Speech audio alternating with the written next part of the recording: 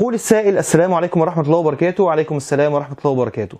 شاب يدرس في بلد أوروبي، هل يجوز له الجمع بين الصلوات مثل الظهر والعصر في الفترة اللي بيكون في الجامعة؟ لأنه بيرجع بالليل وبيخاف تفوته صلاة العصر، فبيصلي الظهر والعصر في مكان سكنه قبل ما ينزل.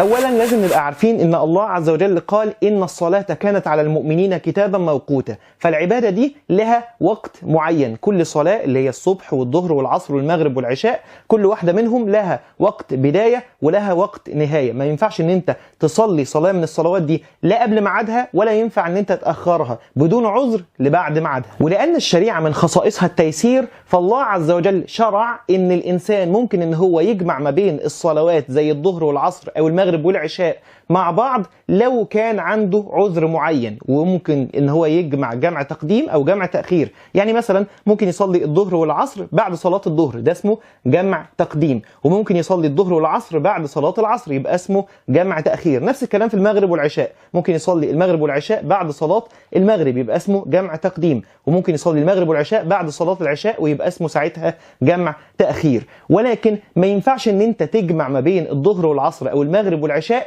إلا للأعذار المعتبرة شرعا، اللي مش منها إن أنت نازل رايح الجامعة وعندك محاضرات وممكن تنشغل عن الصلاة. لا، أنت لازم إن أنت تقوم وتروح المسجد بتاع الجامعة وتصلي فيه. طيب ما عندناش مسجد في الجامعة، يبقى تروح تقف في آخر المدرج أو في آخر السكشن ويكون معاك مصلية صغيرة كده أهو، تفتحها وتقوم مصلي عليها. طب لو الجامعة بترفض ده، يبقى هتروح لإدارة الجامعة وتتناقش معاها إن أنت تاخد permission، تاخد تصريح إن أنت تطلع بره تصلي في أي مكان في الجامعة، وبعد كده ترجع تاني للسكشن بتاعك أو المحاضرة بتاعتك. أما إن أنت تقول لا أنا عندي محاضرات أو عندي سكشن وما ينفعش إن أنا أسيب مثلا المحاضرة أو السكشن وأروح أصلي، فما ينفعش، لأن ده مش عذر معتبر شرعا. والأعذار المعتبرة شرعا موجودة في كتب الفقه، منها بالمناسبة مثلا الخوف الشديد. يعني مثلا واحد بيحارب مثلا، لو دلوقتي حالا والعدو جاي عليه مثلا وعمال يضرب عليه نار وبتاع، وقال طب أنا هقوم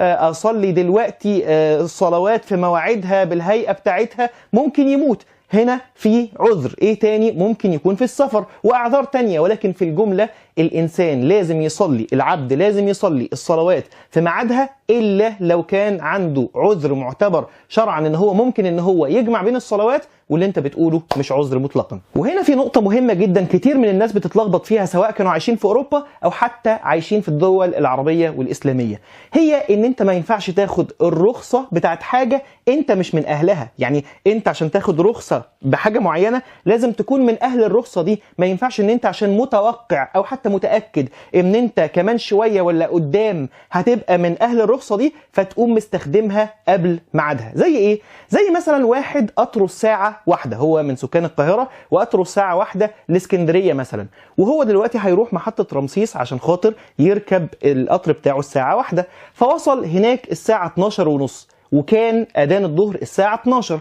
فهو أول ما يدخل محطة رمسيس هيقوم داخل المسجد ويقوم مصلي الظهر والعصر جمع تقديم، وبعد كده يركب القطر ويسافر، ويقول لك اصلا انا كنت كده كده مسافر فقلت اصلي الظهر والعصر على طول. لا، ما ينفعش. ليه؟ لان انت في رمسيس، انت في قلب القاهرة، انت مش مسافر. ما ينفعش ان انت تجمع الصلوات وانت لسه ما فارقتش بنيان المدينة. طول ما انت جوه المدينة، حتى لو كنت في محطة قطار هتسافر منها، انت ما معكش رخصة الجمع لانك لسه مش مسافر. خليني اضرب لك مثال تاني. مجموعة من شباب القاهرة قرروا ان هم يروحوا اسكندرية في يوم معين، وقرروا ان هم يتقابلوا الساعة 1:30 عند مسجد معين بعد بوابة القاهرة، يعني بعد انقطاع البنيان. اليوم ده من باب الافتراض كان الظهر بيأذن فيه الساعة 12 تقريبا كده. كل واحد فيهم اتحرك من بيته على حوالي الساعة 12:30 1:15. أول ما اتقابلوا عند المسجد وقبل ما يتحركوا، واحد منهم قال يا جماعة أنا ما صليتش الظهر، فأنا هدخل أصلي جوه المسجد، اللي عايز يجي يصلي معايا لو ما صلاش يلا بينا قبل ما نتحرك. فدخلت مجموعة عشان خاطر تصلي الظهر، وفي مجموعة تانية بره اللي هم صلوا أصلا. وهم واقفين واحد قال هو احنا دلوقتي هنصلي الظهر 4 ركعات ولا ركعتين؟ احنا مسافرين فنصليهم مفترض ايه؟ ركعتين. قام واحد قال له لا ما ينفعش، وهو ده الصح. ليه ما ينفعش؟ ما احنا دلوقتي مسافرين وانقطع البنيان. انا شفت فيديو بيقول كده. قال له لا انت ما كملتش الفيديو للاخر. ايه الحكايه؟ انت دلوقتي الاذان اذن عليك وانت فين؟ وانت في القاهره. الساعه كام؟ الساعه 12. ممتاز. يعني انت كنت مخاطب ان انت تؤدي الصلاه وانت مقيم، تمام؟